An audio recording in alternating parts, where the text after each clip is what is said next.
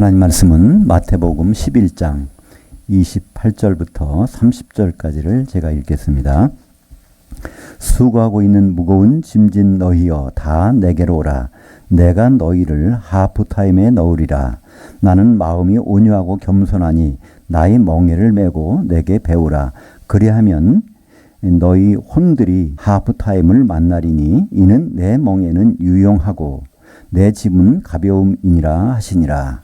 오늘 말씀을 가지고 죽음이 기대되는 삶, 낙원서 하프타임 후의 천년왕국 이런 제목으로 말씀을 나누겠습니다. 사람들은 이 죽음을 두려워합니다. 뭐 저부터도 그렇지만 모든 사람들이 죽는 것은 사실 좀 두려운 일이잖아요. 그래서 우리 하는 말 중에도 내가 참 배고파 죽겠다, 뭐 창피해 죽겠다, 뭐 여러 가지 그러니까 말끝마다 그런 것은 그 두려움이 항상 배경이 차지하고 있기 때문에 그렇습니다. 실질적으로요, 어느 주택단지에 뭐 화장터가 들어온다, 뭐 묘지가 들어온다 그러면 그거 환영할 사람 없잖아요. 우리도 어디 지나갈 때 보면 조금 물론 자기 친척이나 아는 사람이면은 그렇지만 모르는 사람 묘지 지나갈 때, 화장터 지나갈 때는 좀 이렇게 마음이 개운치 않은 부분도 있지 않습니까? 그래서 큰 병원은요, 장례식장의 표지를 잘 안 보인다고 합니다. 그것 때문에 사람들이 안 올까봐. 그 정도로 이 죽음이라는 문제는 우리는 참 어려워하고 힘들어하는 그런 문제인데, 예수님은 바로 이 문제 때문에 오셨다고. 물론 여러 가지 예수님 오신 목적이 있지만 대표적으로 히브리서 2장 14절과 15절에 보면 그걸 요약해서 말씀하고 있습니다. 자녀들은 혈육에 속하였음에 우리는 그 육체를 갖고 있잖아요. 피를 갖고 있는데 우리 하나님의 자녀들이 다 이 육체를 갖고 있는데 바로 그도 예수님도 혈육에 속하심은 사망으로 말미암아 사망의 세력을 잡은 자 마귀를 없이 하시고, 그러니까 그분이 죽으시다가 부활하심으로 사망의 세력 잡은 자 마귀를 없이 하시고, 히브리서 2장 15절에 보니까 또 죽기를 무서워함으로 한평생 매여 종노릇하는 모든 자들을 놓아주려 하심이니. 그래서 우리는 인정하든 안 하든 간에 사람들은 죽음이란 문제 때문에 그래서 거기에 매여 산다는 거예요. 그죠? 직장에서도 왜 그런 거 있잖아요. 직장에서 잘리면 이거 어떻게 먹고 살지? 하여튼 항상 이거 굶어 죽는 거 아니야? 우리는 죽음이라는 문제가 우리를 다 짓누르고 있습니다. 근데 예수님은 바로 그 문제를 예수님은 해결해 주시겠다는 것입니다. 그래서 예수님은 그런 문제를 해결하는 특별한 초청을 하고 있습니다. 그것이 바로 오늘 마태복음 11장 28절에 특별히 나오죠. 수고하고 무거운 짐진 자들아 다 내게로 오라. 내가 너희를 쉬게 하리라. 물론 이것은 1차적으로는요. 그 유대인들에게 행했던 말씀입니다. 유대인들이 율법사들, 바리새인들, 서기관들은 하나님 말씀은 이렇게 그대로 지켜야만이 살 수 있다. 그래야 구원을 얻을 수 있다. 그래서 그거를 이제 뭐 여러 가지 방법으로 동원해서, 그죠? 그 자기들은 그것을 별로, 그러니까 몰래 시컷 먹고 뭐죠? 기도하더라도 남을 볼 때만 기도하고 여러 가지 그런 현상들이 예수님은 지적하셨는데, 근데 일반 사람들은 그렇게 해야 되는 것으로 이렇게 해서 그런 이 세상을 살 때 정말 굉장히 어렵고 이렇게 살고 있는데, 걱정하며 사는데 예수님이 바로 내게로 오면 쉬게 하리라 이런 말씀을 주셨습니다. 근데 우리는 그러잖아요. 예수 믿으면 밤 쉬게 해준다는데 예수 믿어서 좀 편하십니까? 아주 모든 일이 너무나 형통하고 다 쉽습니까? 물론 그런 분도 있지만 그렇지 않은 분들도 있잖아요. 그러다 보니까 많은 분들은 예수 믿어도 별거 아니네 하면서 떠나가는 분들 많이 있단 말이죠. 근데 사실 여기서 쉬게 하리라고 하는 예수님의 이 말씀은 그냥 이렇게 영원히 편하게 산다는 그런 뜻이 아닙니다. 이 헬라어로, 이 성경이 기록된 헬라어로는요, 아나파오라는 단어를 쓰는데요. 이 아나파오라는 뜻은, 아나라는 것은 중간이라는 뜻이고요. 파오라는 것은 쉰다 그런 뜻입니다. 그러니까 중간에 쉰다는 것입니다. 중간에 쉬는 것을 앞으로 주겠다는 것입니다. 그럼 이 중간에 쉬는 것이 무엇인지에 대해서, 이것은 바로 이 첫째 중간에 쉰다는 것은 무슨 말일까요? 하프타임이라는 것은 우리가 축구 경기를 보면 알 수 있습니다. 전반전 45분 뛰고요. 그 다음에 15분 동안에 쉬고, 그 다음에 후반전 45분을 뛰어서 축구 경기가 마치는데, 그 중간에 쉬는 15분간을 하프타임이라고 합니다. 일반적으로 하프타임은 전반전에 전반전에 적당히 뛸 수는 없잖아요. 적당히 뛰면 어떻게 되죠? 상대방한테 큰일 나잖아요. 그러니까 죽을 힘을 다해서 뜁니다. 그러다 보면 45분에 녹초가 돼버리죠. 그러고 나서 후반전 바로 뛰라면 뛸 사람 있을까요? 근데 15분 동안에 그게 다 회복되는 거죠. 근데 무엇보다도 전반전에 왜 안 됐을까요? 감독의 생각대로 움직여지지 않는 뭐가 있다는 것입니다. 근데 쉬는 시간이요. 감독이 항상 같이 하게 돼 있거든요. 그럼 거기서 뭐를 이렇게 하고 이렇게 하면 된다는 작전을 가지고 후반전을 뛰게 되면 넉넉하게 뛰게 되는 것이죠. 예수님은 바로 이 후반전을 우리에게 말씀하고 있는데, 그러니까 후반전을 전반전을 주시겠다는 얘기는 그 뭐가 있을까요? 후반전이 있단 말이 아닙니까? 그죠?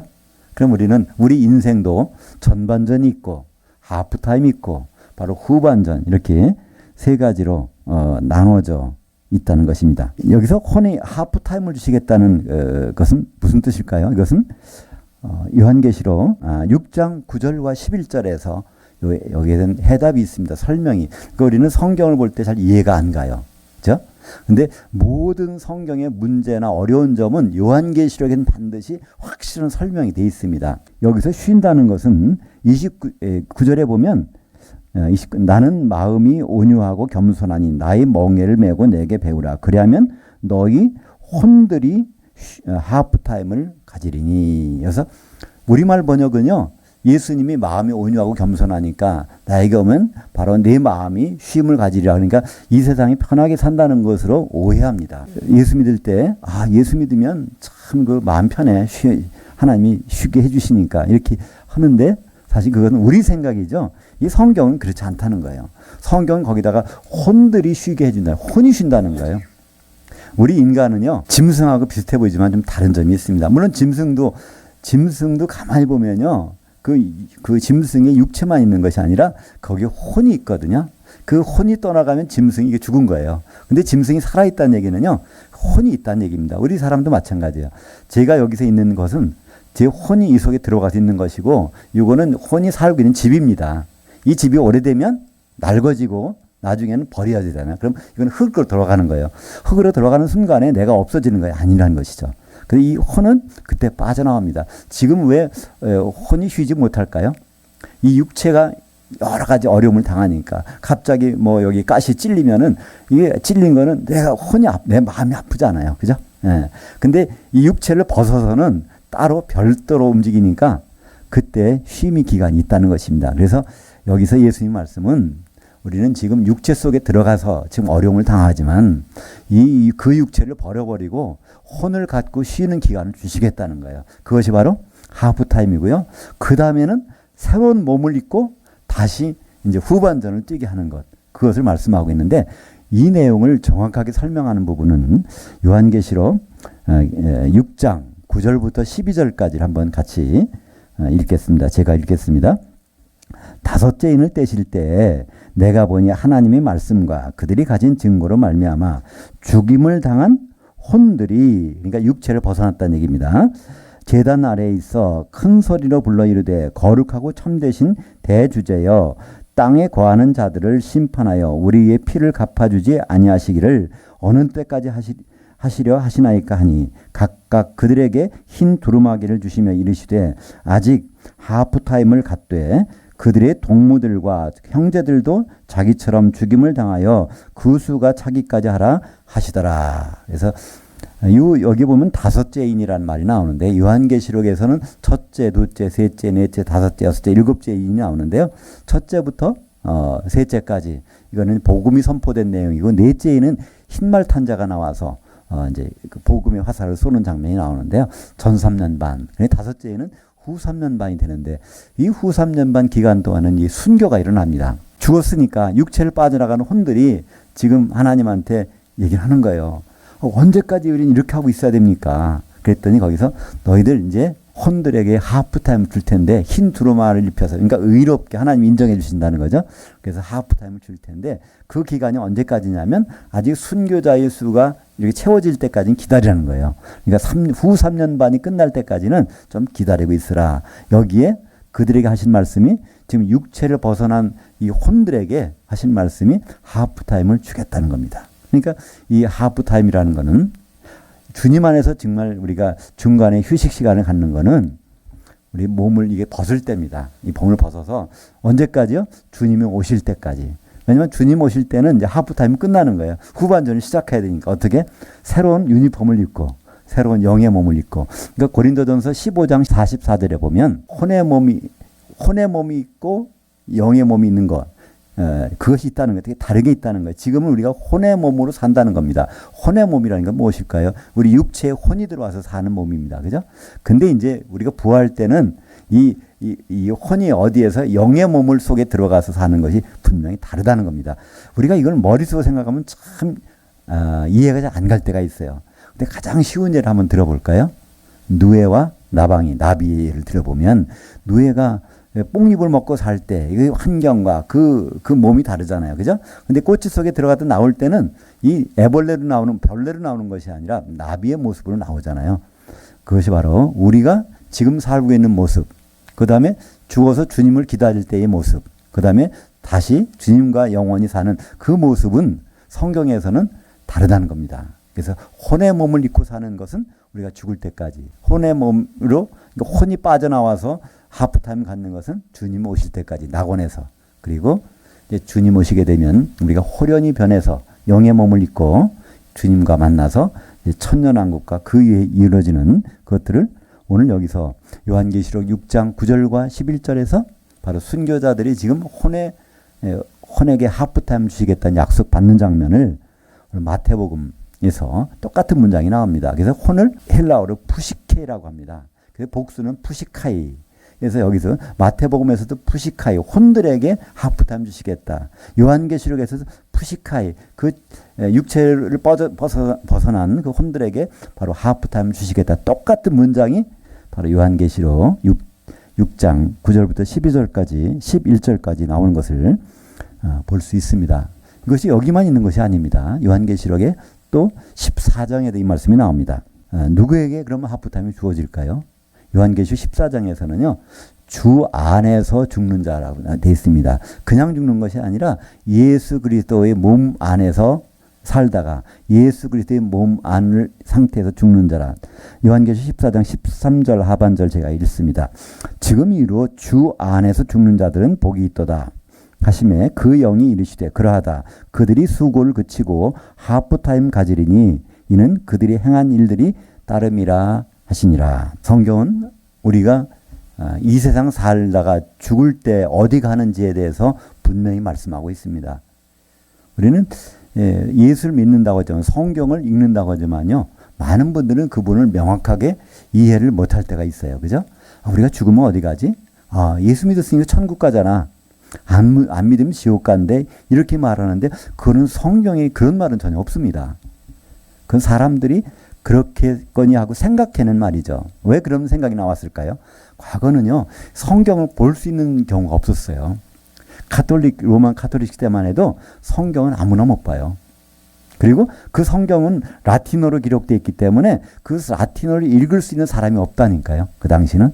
그러니까 성경은 없는 채로 신앙생활을 바로 거의 1500년 그 이상을 해온 상황이니까 그러면 죽으면 천국 간대. 그래서 그 말씀이 그냥 이렇게 연결되어 온 건데 성경에는 그런 말이 없단 말이에요. 오히려 예수님은 그것을 실화로 말씀하셨습니다. 누가복음 16장에 보면 두 사람이 같은 집에 살았어요. 한 사람은 부자고 한 사람은 거지 나사로, 거지로 거기 같은 집에 살다가 둘이 다 죽었습니다.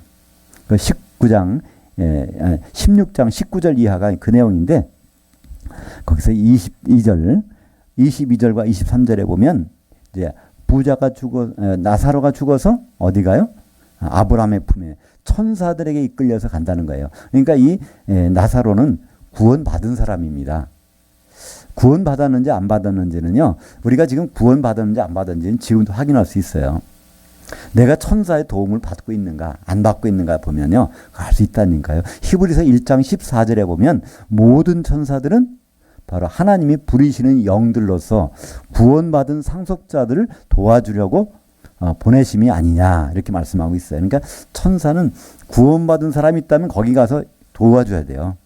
나사로가 죽었을 때, 거지가 죽었을 때 천사가 나타나서 그를 끌고 아브라함 품에 갔다는 얘기는 나사로는 비록 거지로 살았지만 몸이 아파갖고 여기 다 얼어서 개가 와서 막 핥아도 어떻게 쫓아낼 힘도 없었지만 그는 구원을 받았다는 것을 성경은 우리에게 일러주고 있는 것입니다. 근데 그 부자는요, 죽어서 어디 갔죠? 음부에 갔다 그랬어요. 그 음부라는 것은요, 죽어서 쉴 수가 없는 것이에요.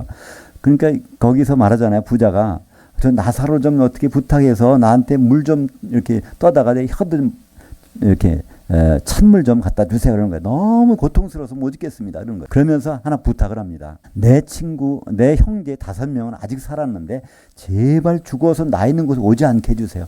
한마디로 전도하는 거예요. 그죠? 여기 오면 안 된다는 거예요. 자기는 전혀 복음을 못 들어봐서 아마 그랬는지 모르겠지만은 그는 음부에 가 있습니다. 그러니까 음부는 죽어서도 쉴 수 없이 불꽃 가운데서 고통을 당하는 곳이에요. 근데 거기 나사로는요, 그냥 자고 있는 거예요. 사망 가운데 있는 거예요. 그 무슨 얘기해도 듣지를 못해요. 쉬니까. 만약에 사람이 죽어서 모든 생각이 뚜렷하다면 그처럼 고통은 없을 거예요. 그죠? 자기 친척, 아는 친구 누구 중에 영의 세계에서는 앞에 일도 볼 수 있잖아요. 그죠? 시공간을 초월하니까. 그럼 내일 교통사고 당할 텐데, 모레 집에 불이 날 텐데, 나중에 한 달 후에 진단을 받아보면 위암이라고 할 텐데, 이걸 미리 알고 있으면요, 그 죽어서 어떻게 편하게 지낼 수 있겠어요? 근데 죽은 다음에 꿀꿀 잔다고 하면, 사망 가운데 있는 것을 잔다고 하면, 그것처럼 쉼이 없겠죠. 그죠? 그래서 음부에 들어가서는 그런 잠을 못 자는 데고요. 죽어서도. 그 아브라함의 품에는 나사로처럼 아무 반응을 못하는 그런 곳이 바로 이 아브라함의 품입니다. 그러니까 하나님을 믿은 사람은 아브라함의 품에, 안 믿은 사람은 음부에 들어가는데요. 근데 지금도 그런 건 아닙니다. 지금은 예수님 오신 다음부터는 예수를 믿은 사람은 어디 가죠? 낙원에. 그것이 누가복음 23장 43절에 보면 이제 같이 십자가에 달렸는데 오른쪽에는 강도가 그러잖아요. 주님, 당신 나라가 임할 때 나를 좀 꼭 기억해 주세요. 근데 그걸 참 부탁은 당신 나라가 예수님 나라는 앞으로 천년왕국 예수님 나라인데 예수님 그렇게 아니야, 그게 아니라는 거예요. 오늘 내가 나와 함께 낙원에 있으리라. 바로 그날부터 죽는 순간부터, 그러니까 사람이 죽으면 예수 그리스도 안에서 죽으면 어디 혼이 이 세상을 떠돌아다니다가 어디 가는 것이 아니라 그 즉시 어디 낙원에 가서 있단 말입니다. 그죠? 그래서 예수 그리스도 안에서 죽게 되면 그러면 낙원에 들어가는 것을 우리는 성경에서 발견할 수가 있습니다. 그러니까 우리는 이제 간단해요. 우리가 이 사는 것은 성경적으로 보면 죽을 때까지는 전반전이 삶입니다. 전반전. 그리고 주님이 주시는 그 하프타임은 그거는 이제 주님 오실 때까지, 육체를 벗은 우리 혼이 영을 가지고 주님 오실 때까지. 그러니까 우리는 혼이라고 그러니까 혼만 나가는 줄 알았는데 혼 속에는 영이 있거든요. 그러니까 영과 혼이 같이 다니는 겁니다. 항상 이 영은요, 혼과 같이 다녀요. 그래서 혼이 나갔다 그래도 영이 같이 나간 것이고요. 영이 떠나갔다 그래도 혼이 같이 나가는 것입니다. 요한계시록에서 사도 요한이 영이 몸에서 빠져나가잖아요. 그래서 공중에 가서 재림 장면을 보고 셋째 하늘로 올라가고 광야에도 가고, 이 모든 다닐 때 그가 생각이 있잖아요. 왜 생각이 있을까요? 혼과 같이 다녔으니까. 그러니까 이 반모섬에는 사도 요한의 몸만, 육체만 있는 것이고, 요한의 영이 빠져나갈 때는 요한의 생각이 하는 혼도 같이 빠져나가서 돌아다니는 것이죠. 우리는 이 전반전, 하프타임, 후반전, 이것이 분명한 사람들입니다. 그러니까 후반전은 주님 오셔서 천년왕국에 들어가서 그 다음에 백보자 심판 지나서 새 예루살렘까지, 그것이 이제 우리에게는 후반전이 되는 것이죠. 그렇다면 누구에게 이 하프타임 주신다고 했을까요? 여기에 주님의 멍에를 매는 사람들이라고. 내 멍에를 메고 내게 배우라. 그리하면 너에게 하프타임 주시리니. 그렇다면 멍에라는 건 뭐죠? 그거는 일할 수 있는 도구입니다. 그죠? 일을 하는, 한마디로 일이라는 거예요. 그죠? 일을 하려면 멍에를 쥐고 그냥 관광하는 사람이 없잖아요. 그죠? 소들이 멍에를 쥐고 일을 하잖아요. 마찬가지로. 근데 특별히 우리는 이제 소나 말이나 그 멍에가 하나가 1인용이지만 이 중동 지방이나 다른 나라는 항상 같이 끌게 돼 있습니다. 그죠? 멍에라는 것은 소라면 소 2마리, 말이면 말 2마리 같이 끌고 가는 거예요. 그러니까 예수님의 멍에라는 것은 예수님이 그걸 하나 쥐고 있고 다른 쪽 가서 같이 쥐자는 겁니다. 그렇다면 예수님은 어떤 멍에를 갖고 있을까요? 예수님이 하시는 일이 뭐죠? 예수님이 하시는 일은 교회를 세우는 것입니다. 예수님이 하시는 일, 병도 고치셨어요. 또 예수님은 죽은 자도 살리시고 예수님 무리도 걸어 다니셨어요. 근데 이 모든 것의 결론은 바로 교회를 세우시기 위한 하나의 그 부분적인 일뿐입니다. 그죠? 그럼 어떻게 할 수 있죠? 부활하신 예수님이 병 고치셨나요? 부활하신 예수님이 무리를 걸어 다니셨나요? 부활하신 예수님은 오직 40일 동안 하나님 나라에 대해서 말씀하시고 성령 세례에 대해서 말씀하셨어요. 그죠? 성령 세례는 뭐죠? 기름이 내려서 바로 이 떡이 두 덩이가 생기는 것. 바로 교회 세우시는 것. 그것이 바로 성령 세례거든요. 그러니까 예수님 십자가 달리시는 것도 피를 흘리시는 것도 목적이 뭘까요? 그 목적에 대해서는 사도행전 20장 28절에 나옵니다. 하나님의 피로 사신 교회를 지게 하셨느니라. 그러니까 하나님이 피를 흘리신 것은 그것을 교회를 얻으시려고. 그건 우리는 창세기 2장에서 아담의 경우에서 볼 수 있어요. 아담이 아내를 어떻게 하죠? 여기저기 흙으로 만들어서 하니까 아내 인정 안 해요. 그러니까 아담을 깊이 잠들게 한 다음에 갈비뼈를 뽑아서 피를 내서 그래서 누굴 데리고 옵니까? 그의 아내를 만들어 데리고 옵니다. 그러니까 교회는 예수님의 아내거든요. 그러니까 예수님의 아내 교회를 세우는 유일한 방법은 피를 흘리셔야 돼요. 십자가에서 피를 흘리시고 그 피를 받은 모든 사람들이 이제 한 몸이 돼서 그분과 결혼하는. 그러니까 결국은 예수님의 일은 예수님이 지고 멍해지시고 하는 일은 교회를 완성하신 것입니다. 그것이 마태복음 16장 18절에 나옵니다. 너는 베드로라 내가 이 반석 위에 내 교회를 세우리니. 그래서 그분의 할 업무를 그분의 일을 사역을 공개하십니다. 근데 그 일은 그분 혼자 할 수 없어요. 왜 그럴까요? 교회는 그 반석 위에 세워져야 되는데 이 반석이 12조각 난 것이 그 페트로스 바로 그 사도들이죠. 사도들이 터 위에 세워지는 것이 교회니까. 그래서 이 반석이 다 모으면 바로 그리스도가 되고 이거 쪼개지면 사도들이 되는데 그러니까 그분이 한쪽 멍에를 쥐고 우리는 그 위에 세워지는 성도들이라는 거죠. 그래서 여기서 첫째는 주님의 멍에를 쥐어야 돼요. 그러니까 주님의 일을 같이 하는 겁니다. 주님의 일은 뭐라고요? 교회를 세우시는 것. 왜 교회를 세우실까요? 그분이 신랑으로 오실 때 결혼해야 되니까. 그러니까 그분의 일은 간단해요. 우리는 복잡하게 생각하는데요. 하나님의 일이나 주님의 일은 아주 간단합니다. 주님이 결혼하러 오시기 때문에 요한계시록이 복잡하고 어렵다고 하죠. 요한계시록 19장에 보면 어린 양의 혼인날이 이르렀고 그의 아내가 준비되었다. 그래서 20장, 21장에 바로 새 예루살렘이 어린 양의 신부다. 그래서 끝나는 거예요. 결혼식을 하면서 끝나는 거. 그러니까 성경은 바로 그런 얘기거든요. 그 어린 양의 신부가 바로 이 교회가 완성되면 그렇게 된다는 것이 어디 나오죠? 에베소서 5장 32절에 보면 이 비밀이 크도다.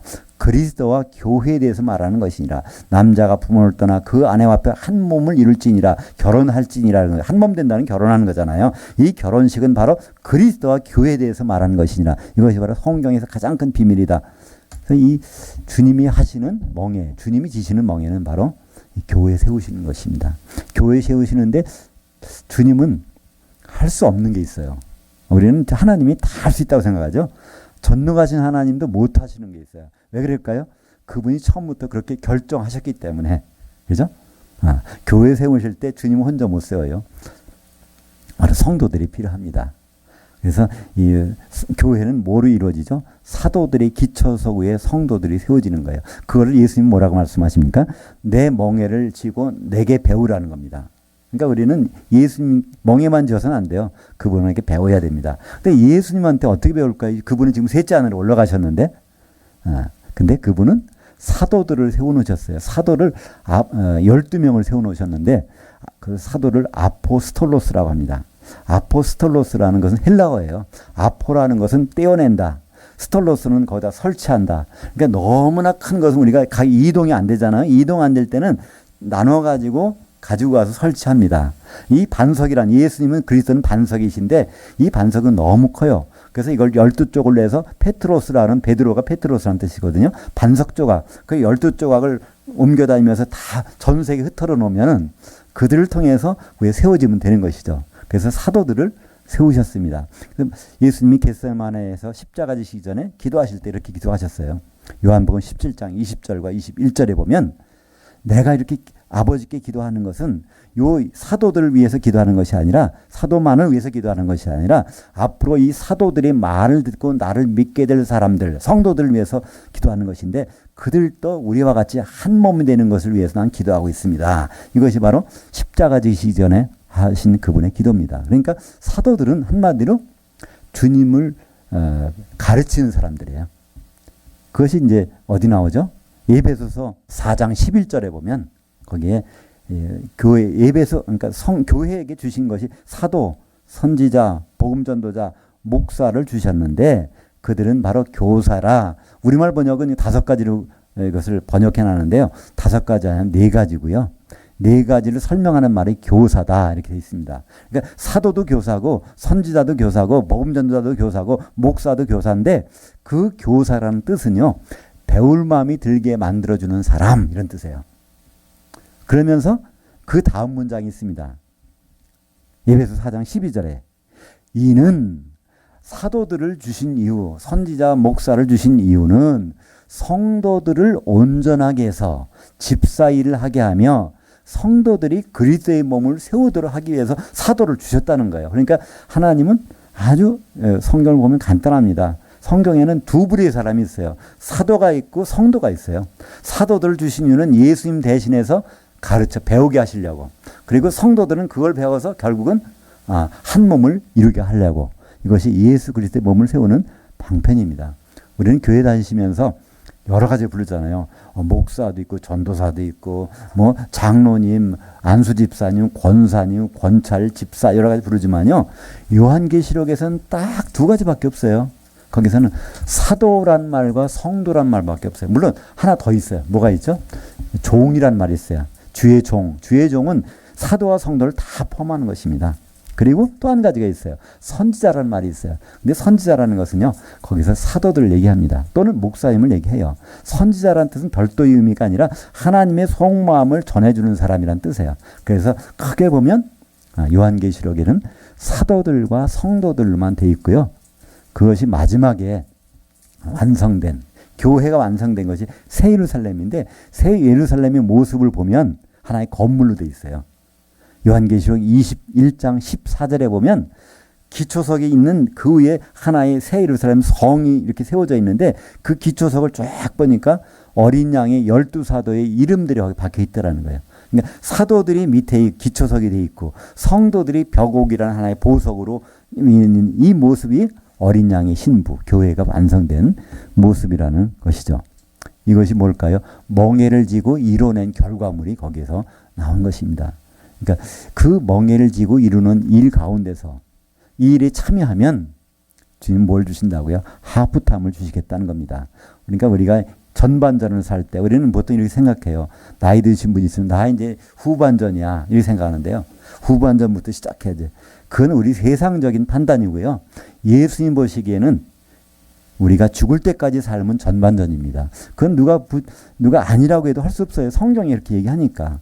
그리고 우리가 육체를 떠나서 혼이 빠져나오는 순간부터 이제 하프타임이라고 아나파우시스라고 하는 그 기간을 주님은 주신다고 했으니까. 그리고 이 하프타임 뒤에는 반드시 뭐가 와요? 후반전이 있게 되어 있습니다. 주님을 만나서 천년왕국과 그 위에 이루는 모든 시간들이 우리에게 정해져 있는 것이죠. 그래서 사도들의 일은 분명합니다. 사도행전 1장 8절에 보면 바로 오직 성령이 너에게 임하시면 너희가 권능을 받고 예루살렘과 온 유대와 사마리아와 땅끝까지 해서 내 증인들이 되도록 하리라 하시니라. 이건 사도들에게 주신 말이에요. 근데 우리는 보통 나 성령 받았으니까 빨리 전도해야지 선교해야지. 그거는 성경을 조금 달리 확대 해석한 것입니다. 성경을 그대로 보면 이렇게 된 거예요. 바로 그것도 예수님 명령이 아닙니다. 내가 이렇게 하겠다라고 하는 예수님의 포부를 설명하는 거예요. 너희들을 통해서 내 증인 삼아서 전 세계에다 그렇게 알리겠다는 겁니다. 근데 사도들은 다 죽었잖아요. 전 세계에 퍼지지 못하고. 그러나 그들은 신약 성경을 남겨놨습니다. 신약 성경은요, 전 세계 예루살렘과 유대와 사마리아와 땅끝 대한민국까지도 뭐가 있습니까? 사도들의 글이 여기까지 와 있잖아요. 그죠? 전 세계. 그건 누가 하셨다고요? 예수님이 너희 사도를 시켜서 그렇게 하시겠다는 일들이 지금 벌어지고 있는 것입니다. 그렇다면 사도들은 왜 그걸 해야 됐죠? 왜냐하면 성도들을 온전하게 해서 집사일을 하게 하며 그리스도의 몸을 세우는 데는 사도들이 없어서는 안 되거든요. 그러니까 사도들에게 그런 일에서 전 세계 성경이 안 가 있는 곳은 없습니다. 지금은 뭐 시대가 좋아서 스마트폰 키면요, 그 바이블 치면 수십 개 언어로 다 그 자리에서 다 볼 수 있어요. 바로 예수님이 하신 일이니까. 사도행전 1장 8절에 그죠? 바로 예루살렘과 유대와 사마리아 땅끝까지 해서 내 증인들이 되도록 내가 너희들을 그렇게 만들리라 예수님 하셨는데 그 일은 그렇게 이루어졌습니다. 인생은 죽는다고 끝이 아닙니다. 제가 지난 금요일 내에 저희 고등학교 때 가장 친했던 친구 중에 한 친구인데 부친상을 당했다 그래서 안산에 다녀왔습니다. 이제 91세로 이제 이렇게 소천하셨는데 제 친구는 예수를 안 믿어요. 근데 거기서 얘기를 하더라고요. 자기 그 여동생이 부부가 예수를 잘 믿는데 마지막에 교회를 열심히 다니셨대요. 그래서 돌아가시는 모습을 보니까 너무 편해서 좋더라. 이렇게. 그러니까 이제 죽는 순간에 이제 몸이 돌아가실 때까지도 여기다 이제 줄을 꽂고서 그렇게 연명하셨다 그러는데 그래서 그런 말씀하셨다는 거예요. 내가 이게 너무 고통스러워서 빨리 죽었으면 좋겠는데 자살하면 안 되지. 그래서 자살은 못 하겠고 그러나 그것이 있기 때문에 그렇다 그러면서 이제 그렇게 마지막으로 가셨다 그러는데 그래서 제 친구한테 제가 이제 동영상 유튜브 동영상이 여기 있는데 그것을 이제 보라 그랬더니 그러냐 그래서 제가 이제 그 채널을 알려줬습니다. 그러면 보겠죠. 우리가 이 죽음이 끝이 아니라는 사실을 알고 죽는 분하고 그것을 모르고 죽는 분은 이게 완전히 차이가 있거든요. 그래서 성경은 예수님은 그걸 확실한 단어로 말씀하셨어요. 육체를 벗어날 때 하프타임 주시겠다고 그랬으니까. 그러면 후반전이 분명히 있는 것이고 거기에 대한 내용이 좀 더 알고 싶으시면 바로 성경을 보시면 되고 가장 선명하게 기록된 것은 요한계시록을 보면 전반전이 어떻게 되는지 하프타임이 무슨 일이 있는지 후반전은 어떤 일이 있는지가 너무나 상세하게 돼 있다는 것이죠. 그렇다면 그걸 알고 있으면요 우리가 죽음이 기대되는 삶이 아니겠습니까? 그죠? 좋은 것이 있다는데 그저 그래? 그러면 별거 아니잖아요. 그죠? 근데 좋은 것이 정말 좋은 것이다 그러면요 그건 진짜 좋은 겁니다. 오늘 말씀에 30절에 이는 내 멍에는 쉽고 내 짐은 가벼우니라 이렇게 우리말 번역은 되어 있는데 거기에서 이는 내 멍에는 유용하고라는 원래 그렇게 번역을 해야 됩니다. 거기에 헬라 원문은 크레스토스라는 단어인데요. 이 크레스타스 그러니까 예수님의 멍에를 지는 일 교회 생활하는 일 주님의 몸을 만드는 일은요 그것이 바로 유용하다는 거예요. 좋다는 거예요. 이 똑같은 크리스토스라는 단어가 어디에 나오냐면요. 누가복음 5장 39절에 그런 말씀이 있어요.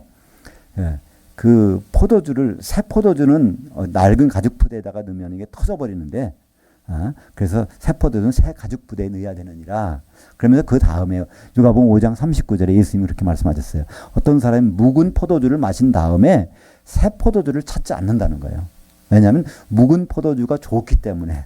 그래서 사람들이 낡은 종교적인 관습에 있으면은 복음을 잘 안 받아들인다 이런 것을 말씀하시고 계시는데 일단 거기서 묵은 포도주가 좋다 이 말씀에 좋다란 말이 바로 여기서 크레스토스 우리말로 쉽다라고 번역했는데 이 쉽다라는 뜻이 아닙니다.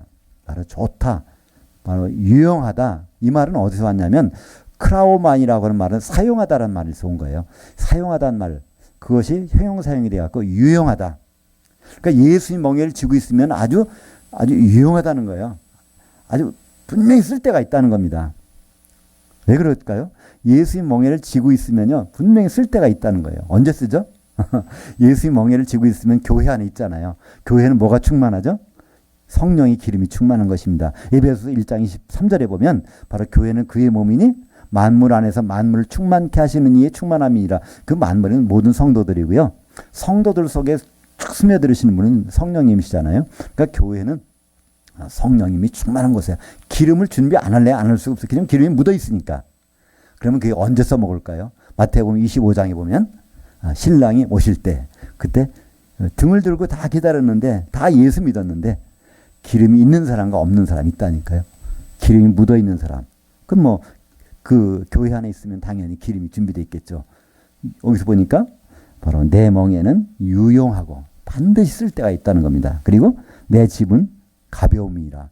이거 항상 우리 들고 다니는데 부담이 없다는 거예요. 그죠? 언제든지 우리가 그렇잖아요. 그전에는 이제 처음에 핸드폰이 나왔을 때 굉장히 컸죠. 무거워서 들고 다니려면 얼마나 힘들었어요. 그죠? 굉장히 컸잖아요. 요즘에는 얼마나 가벼운지 주머니도 넣고 다니고. 그러니까 컴퓨터도 그랬어요. 옛날에 저희 이제 공대, 서울 공대에 컴퓨터가 들어왔을 때 그 용량이 64K였어요. 64K라는 거는 그러니까 뭐라 그럴까요? 지금 우리가 갖고 있는 스마트폰만 해도 뭐 메가 기가로 나가잖아요. 메가라는 것은 K라는 건 1000이라는 뜻이고요. 메가라는 건 100만이라는 뜻이고 기가라는 것은 10억이라는 뜻이에요. 그러니까 서울 공대에서 사용하는 컴퓨터의 용량이 64K 그 정도라면 근데 그 건물을 하나 차지했어요. 근데 이게 좀 줄어져서 지금 얼마나 별거 다 하잖아요. 마찬가지로 우리 여기서 이 가볍다는 것은요. 이 예수님의 멍에는 유용하고 가벼운 것. 언제든지 우리는 그것이 성령 충만한 것은요. 그렇게 불편하지 않다는 겁니다. 그리고 반드시 쓸 때가 있어요. 언제 쓰죠? 주님 만날 때는 그것은 반드시. 그러니까 우리는 하프타임 가질 뿐 아니라 그게 뭐가 있어요? 주님 만나는데 넉넉하게 그때 반드시 쓸모가 있다는 것입니다. 그러니까 우리는 잘 살아야 되지만 또 잘 죽어야 돼요. 왜 그럴까요? 죽을 때 기름을 가지고 죽어야 되니까. 기름을 갖고 죽는 방법은 어떻게 보면 어려울 것 같지만 쉽습니다. 성도들과 한 몸을 이루고 있는 생활 가운데 있다면, 영적으로 교통하는 삶 가운데 있다면 그건 그리스도의 몸이니까 거기는 성령이 충만한 건 당연한 거 아니겠습니까? 그렇게 되면 이제 전반전이 끝날 때 후반전에 어떤 일이 벌어질까요? 그것이 바로 제일 좋은 부활이라는 성경의 단어로 나옵니다. 하프타임 끝나면 새로운 몸을 입고 요한계시록 20장 6절 이 첫째 부활에 참여하는 자들은 복이 있고 거룩하도다. 그들이 하나님과 그리스도의 제사장들이 되어 1000년 동안 그리스도와 더불어 왕노릇 하리라. 그러니까 이 첫째 부활이라는 것은 제일 좋은 부활이라는 뜻입니다. 그러니까 부활을 했는데 다시 불지옥으로 들어간다면 이건 좋은 부활이 아니잖아요. 거기서 바로 혼인잔치 들어가서 천년왕국에 들어가는 것, 그것이 바로 이걸 첫째 부활, 제일 좋은 부활이라고 합니다. 이것이 누구라고요? 보니까 이는 복이 있고 거룩하도다. 근데 이 거룩하도라는 단어가요, 성도들이다라는 단어입니다. 똑같은 하기오스라는 단어예요. 첫째 부활에, 좋은 부활에 참여한 자들은 누구에게만요? 성도들이 그렇다는 거예요. 신자들은 아니라는 거예요. 우리는 보통 신자 하면 대단하게 생각하는데요. 근데 주님 오시면 전 문제가 생깁니다. 데살로니가 후서 1장 10절에 보면요. 그리스도께서 강림하실 때 성도들에게서는 영광 받으시는데 모든 믿었던 자들에게서는 기여김을 얻으시라. 야, 이런 일이 있었네. 큰일 났네. 이렇게 된다는 거예요. 주님 만났을 때. 왜 그럴까요? 기름이 없는 사람은 그때 가서 후회하고 땅을 쳐봐야 어디 기름을 구할 방도가 없다는 거예요. 근데 우리는 그것이 상상이 아니라 성경에 있다니까요. 데살로니가 후서 1장 10절에 분명히 그 말씀이 있습니다. 그때 성도들에게서 영광 받으시고 그때까지 믿었던 자들에게서는 기여기심을 얻으시리라. 사랑하는 여러분, 우리는 죽음을 두려워하는 삶에서 죽음이 기대되는 삶으로 갈 수가 있습니다. 이것을 보통 환승이라고 그러죠. 네, 갈아탈 수가 있어요. 이제 죽음이 기대되세요? 그러면 갈아탈 필요 없어요. 환승하시면 안 돼요. 근데 죽음이 두렵습니까? 죽는 것이 참 무서우세요? 그럼 빨리 갈아타셔야 돼요. 환승하셔야 됩니다. 그래야 바로 낙원서 하프타임을 갖고 천년왕국으로 직행할 수 있는 길이 있습니다. 주님의 멍에를 지는 것, 그것은 정말로 쓸 데가 있습니다. 유용합니다. 주님 만날 때는 반드시 주님 멍에를 지고 있었느냐 안 지고 있었느냐, 그의 생활 가운데 있었느냐 아니냐로 구분이 될 것입니다. 기도하겠습니다. 하나님 아버지, 참 감사합니다.